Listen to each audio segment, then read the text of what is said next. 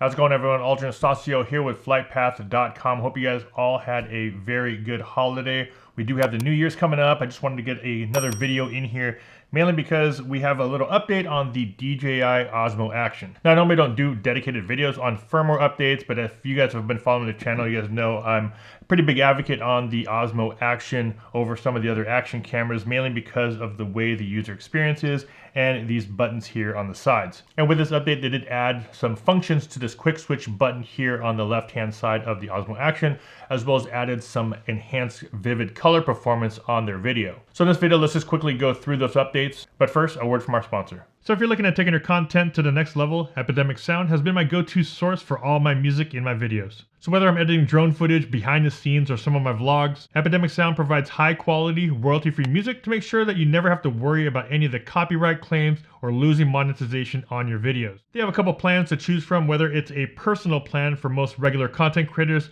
or if you want to get the commercial plan, really geared towards freelancers and businesses. Both plans give you full access to over 32,000 songs in their library, as well as their sound effects. So if you want to take your videos up by adding some sound design in your videos, make sure you check the link down below in the video description for a no commitment 30-day free trial of Epidemic Sound. And now, back to the video. Now, to get the new firmware on the DJI Osmo Action, of course, make sure you guys download the new DJI Mimo App, connect these two together, then you're able to download the firmware from the app and it'll automatically update it here on the Osmo Action. Now, the new update on the Osmo Action is actually a pretty small one. It's only 37 megs, and the version number, I'm going to reference it here, is v01.10.00.40. And just to go through what they actually updated on this firmware, it's optimized color to have more realistic and vivid color, optimized auto exposure algorithm, as well as this last one here, which is the function on the quick switch button. And the one update I really like is that if you have a case on it, say you have a waterproof case on it,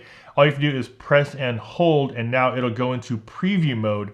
Before, you would have to click on preview and swipe, but of course, if you have a case on it or if you're in the water, you're not able to preview the last one because you're not able to get to that touchscreen.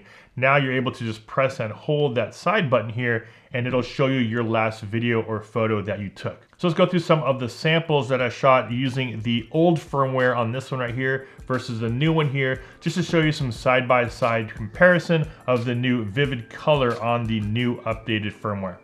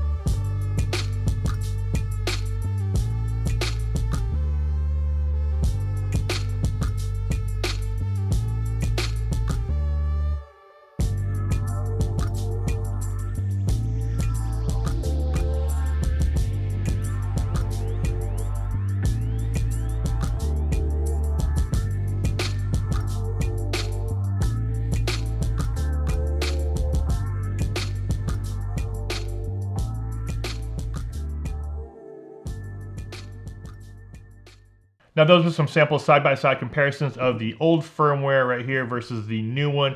Now, the updated quick switch functions, let's quickly go through those. Now, to power it on, of course, just tap that top button right there. Now, the big difference with the Osmo Action that the new GoPro Hero 9 did, which I really like, is that the Hero 9 gave you the ability to have both screens on at the same time. So you can have back screen and front screen, even though that front screen seemed like a little different frame rate because it did seem a little choppy.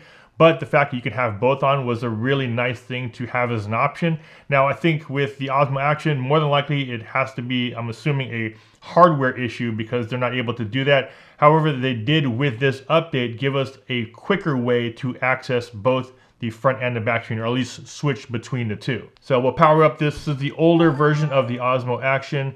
And as you can see right now, we have the back screen. Now, if you wanted to switch to the front screen, there's a couple of ways to do it. You can either double tap with 2 fingers, just like that, and it'll switch to the front, and double tap, it'll come back.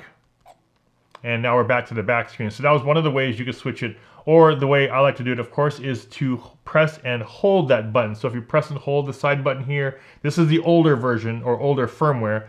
Press and hold, and then now it switches over to the front screen. Press and hold, and now it's back to the back screen. Now it might seem like a small change just to do that and add that function on it, but it actually makes it a lot quicker because you're only focusing now not on a longer press and hold, but just on a single press. So now this is the new version here. If I press it once, it'll now go to that front. Now it's on the front, press it again. So I do like the fact that they updated that just to make things a little simpler. And if you still wanted to go through your presets, all you have to do is press and you can go through all of your presets that you've made for those custom profiles. And that's showing you on the back side. Now, if I wanted to do that on the front side as well, I could switch it. Now it's on the front. Then I should be able to now toggle through all my presets here on the very front. And to go through the last feature that they updated was that press and hold. So if you did have this in a waterproof housing and you can't, of course, get to that touch screen with that housing on there, or if it's just wet and you're not able to swipe through, basically all you have to do is press and hold that side button, press and hold, and then now you're able to pull up your most recent video or photo on the preview screen. So before you would have to touch the screen to preview it, and now you don't. You just have to press and hold it, and you're now able to see that last shot or video or photo that you took on that screen. And there it is, guys, just a quick video on the new firmware update on the DJI Osmo Action. Make sure you guys download the most recent DJI Mimo app, and then you can connect it to your Osmo Action to do the firmware update on here. And thanks again to our sponsor, Epidemic Sound. If you guys want 30-day, no commitment, free trial, make sure you guys hit those links down below to get all the royalty-free music and sound effects you need for your videos. As always, if you guys got some value from this video, don't forget to hit that like button, and also don't forget to subscribe. Hit that bell to be notified when I post new videos. This is Algernon Saucio with FlytPath.com. I'll see you guys in the next one. Take care.